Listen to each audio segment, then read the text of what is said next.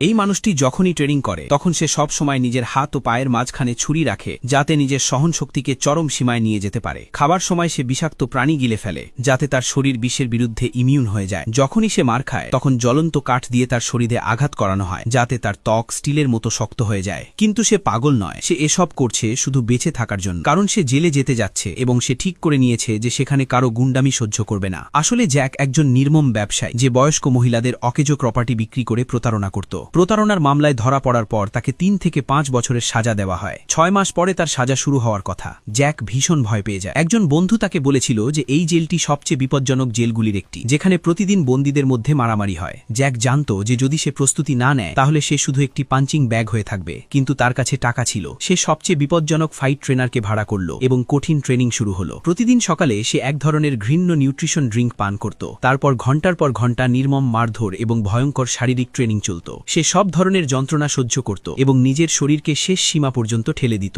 বিভিন্ন ধরনের অস্ত্রচালনায় দুঃখ হওয়ার পর সে ওয়ান ফিঙ্গার জেন নামের প্রাচীন কৌশলও শিখতে শুরু করল। যখন সে নিজের গুরুকে খালি হাতে কাঠ ভাঙতে দেখল তখন সেও চেষ্টা করল। সে তার পুরো শক্তি লাগালো, কিন্তু মুহূর্তের মধ্যেই তার আঙুল ভেঙে গেল। কিন্তু তার গুরু তার সাথে ছিল, তাই ডাক্তারের প্রয়োজন পড়েনি। 6 মাস পরে জ্যাক পুরোপুরি বদলে যায়। যখন জেলের বাস এসে পৌঁছায় অনেক দুর্বল বন্দী কাঁদছিল, কিন্তু জ্যাক একেবারে শান্ত ছিল। একজন শক্ত সমর্থ বন্দী তাকে উস্কানোর চেষ্টা করল।